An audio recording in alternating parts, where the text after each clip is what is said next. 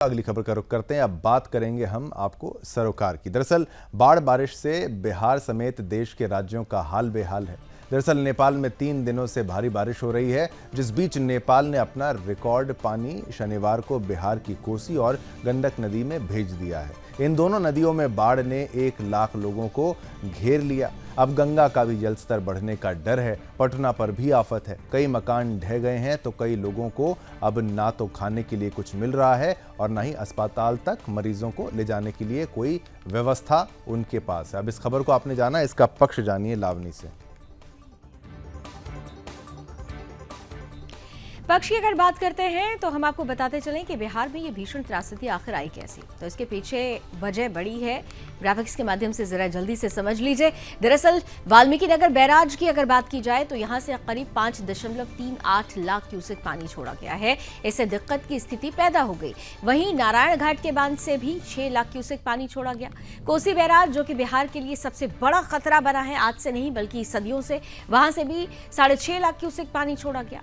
Gandak barrage से भी 5.5 लाख से ज्यादा क्यूसेक पानी छोड़ा गया है। और बड़ी बात यह है कि इस बार कोसी बांध से पानी छोड़ने का रिकॉर्ड टूटा है। 56 सालों में सबसे ज्यादा पानी इस बार छोड़ा गया, जिसकी वजह से बिहार को ये त्रासदी झेलनी पड़ रही है। अब आइए इस खबर का विपक्ष क्या कहता है, चलते हैं सहयोगी निमी सिन्हा के पास।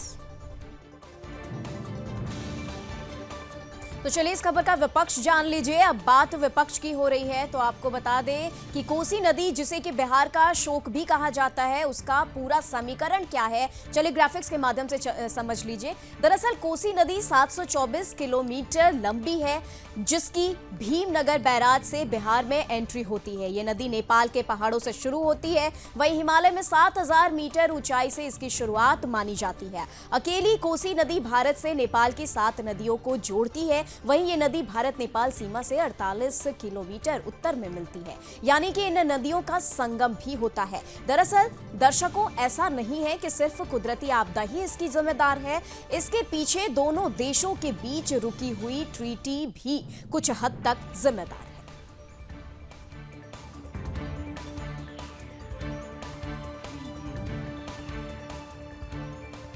चलिए बाढ़ बारिश की खबर भी आपको बता दी। द सॉरो ऑफ बिहार कहा जाता है उसको और नदी को, और ये खबरें आपके लिए लगातार हम लेकर आते रहेंगे।